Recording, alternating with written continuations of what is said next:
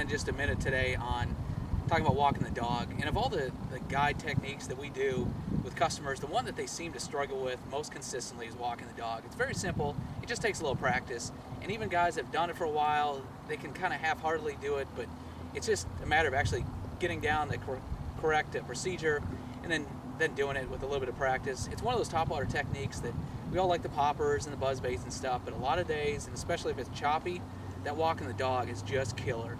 It's just a different spastic type action, and like I said, a lot of guys can't do it that well, so if you can walk the dog, it's going to give you a leg up on a lot of your competition. So starting with the bait, this happens to be a Lucky Craft gunfish. This is my all-time favorite topwater right here. It has a little concave lip on it, so it's kind of like a popper, so it'll spit, but it also walks really well as well.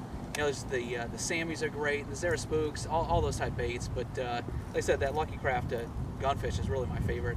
And you want just a medium action rod. This happens to be a 7-foot Dobyns cranking stick. It has a soft tip, so you can cast it well. And once you get the treble hook lure hooked up, it's going to keep them buttoned up. You don't want too stiff of a rod. You just want to be able to cast it well or work it well. And then line, you have to have mono. The fluorocarbon's going to sink and kill the action. I like either the 21 or 28 pound Power Silk from Lake Fork Tackle. That seems to work really well. It's low memory as well, so it's not going to be coiled up and fouling your bait up.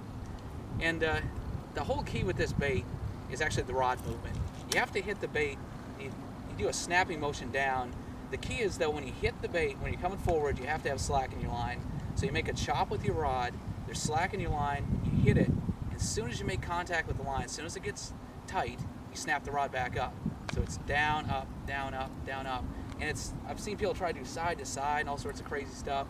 All you have to do is just remember, keep a little bit of slack in the line, snap your rod, and as soon as it makes contact, as soon as that line gets tight, don't pull forward because it's going to make your bait, instead of walk, you want to zigzag. That's what walking the dog means. If it's tight, it's going to rip straight forward.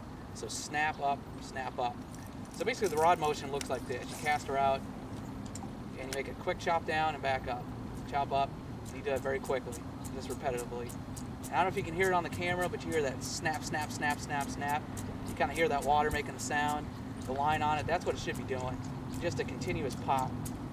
And some guys like a 6.5-foot rod on this. I like the 7, but it allows you to go straight down. Some guys will pop it straight up. Some guys go to the side and do it. Whatever works for you, but the main thing, like I said, is keep that slack in it. So let me make one cast here. You can see once you get the action right, this is what it's going to look like in water. So we go left, right, left, right, left, right. You can do it slower or faster, where it's really going fast, or you can kind of slow it down.